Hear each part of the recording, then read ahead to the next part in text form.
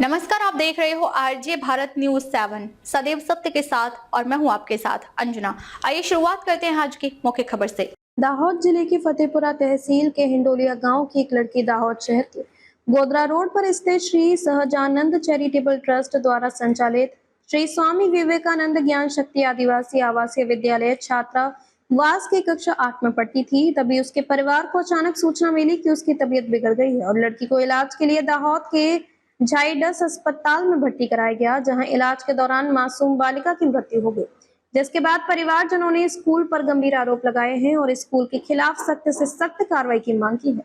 परिजनों का आरोप है कि स्कूल ने बताया कि लड़की को पेट में दर्द था और उसके दोस्त के बाद अस्पताल में भर्ती कराया गया था, लेकिन जब परिवारजन अस्पताल पहुंचे जहां लड़की की हालत गंभीर लग रही थी और उसे ऑक्सीजन पर रखा गया था, इलाज के दौरान उसकी मौत हो गई। और जब शरीर की जांच की गई, परिवारजनों का कहना है कि लड़की के शरीर पर नाखूनों के निशान दिखाई दिए, जिसका अर्थ है कि लड़की के साथ कोई दुर्भाग्यपूर्ण घटना हुई है। आरोप लगाते हुए परिवारजनों के सदस्य स्कूल पहुंच गए और हंगामा किया। घटना के बाद पुलिस का एक काफिला भी स्कूल पहुंच गया। परिवार के सदस्यों ने उस बिस्तर और कमरे की जांच की जहां लड़की सो रही थी। पुलिस ने दुर्घटना की धारा में मामला दर्ज कर लिया है और फॉरेंसिक पोस्टमार्टम करवाया गया है। फॉरेंसिक टीम की मदद से जरूरी नमूने लिए गए हैं और मौत के सही कारणों का पता लगाने के लिए आगे की जांच जारी है।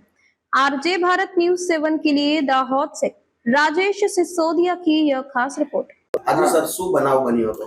બનાવ એવું બન્યો કે ભાભોર દ્રષ્ટિબેન જે છે નટવર એ ગઈકાલે 8 વાગે કે 8 વાગે પહેલાં એ કંઈ બીમાર હતી અને કંઈ છાતીમાં દુખાવો થયો અને કંઈ દવાખાને લઈ જતા ઝાડા થઈ ગયા અને પછી એને તાત્કાલિક આપણે ઝાયડસમાં વોર્ડમાં શિફ્ટ કરવા વોર્ડન દ્વારા શિફ્ટ કરવામાં આવ્યા અને ત્યાં એડમિટ કર્યા અને પછી વાલીઓને ફોન કરવામાં આવ્યા વાલી પછી ત્યાં એકાદ કલાક પછી આવી ગયા અને પછી બેન હતા એમને પૂછ્યું ડૉક્ટરને કે શું છે, તો બોલે 1-2 દિવસ લાગશે રિકવરી થતા અને એમના વાલી આવી ગયા. આટલું સર સીધો પરિવારજનોનો આક્ષેપ છે કે શાળા તરફથી કોઈ ધ્યાન નથી આપવામાં આવ્યું, એના કારણે આ ઘટના ઘટી છે. અત્યારે પરિવારજનોએ આપને રજૂઆત કરી છે, શું કેવું છે?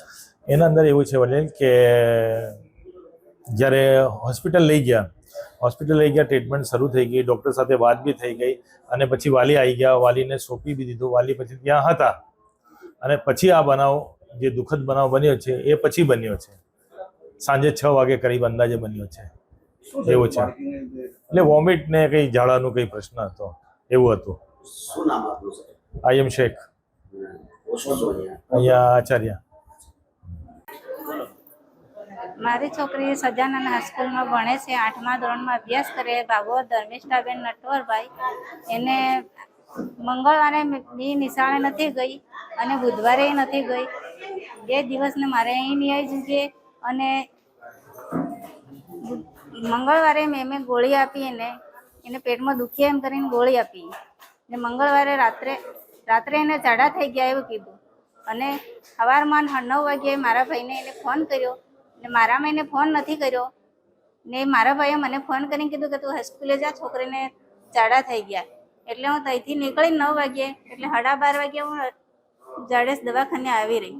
ત્યાં હું આવી એટલે મારી છોરી સિરિયલમાં જ હતી, ઓક્સિજનના બાટલા ઉપર હતી.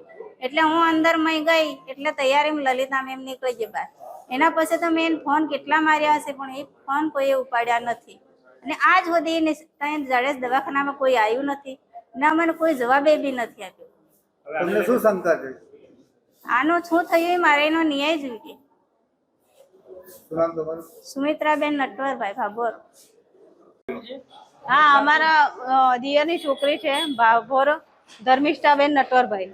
એ દાહોદ સહજાનંદ સ્કૂલમાં અભ્યાસ કરે છે, જ્ઞાન શક્તિમાં. એની મમ્મીને ફોન આવ્યો કે બીમાર થઈ ગઈ છે, તો એ અહીંયા આવી. પછી અમને બધાને ફોન કર્યો એટલે હું પણ આવી.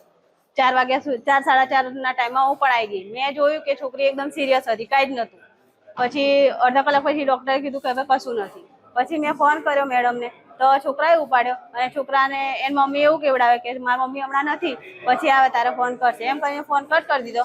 પછી ડેડ બોડી પેલા હોસ્પિટલ વાળા કે અમને આ બેડ ખાલી કરવો જોઈએ, તમે નીચે લઈ જાઓ પીએમ રૂમમાં. તો અમે એક પ્રોસેસ કરવા રહ્યા, એટલામાં પછી પાછો મેં ફોન કર્યો મેડમને કે એને થયું તું શું, કે એને કેવી રીતે આટલી બધી બીમાર થઈ, એક રાતમાં આવી રીતે કોઈને કોઈ સિરિયસ ના થઈ જાય.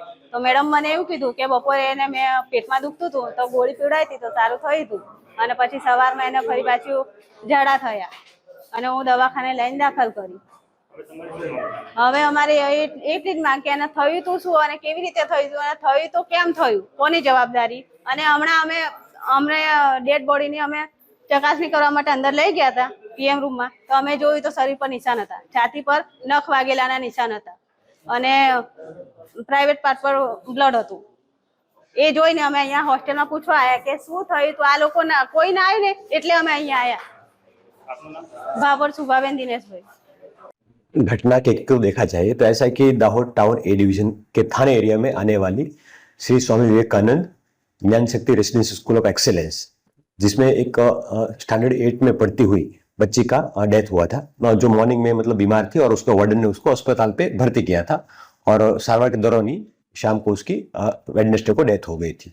उसके चलते हुए एडी दाखिल हुई है और उसमें फॉरेंसिक पीएम किया है और आगे की तपास डिटेल में अभी जारी है। क्या कारण था सर ये? Cause of death PM report आने के बाद ही हमें पता चलेगी, तब तक हम उसमें कमेंट नहीं कर सकते। इसके ऊपर कोई लोगों ने आपत्ति जताई कि क्या है? परिवार वालों ने आपत्ति जताई थी कि हमें लेट इन्फॉर्म किया है स्कूल वालों ने, या फिर हमें अगर अर्ली इन्फॉर्म करते तो हम अर्ली पहुंच जाते।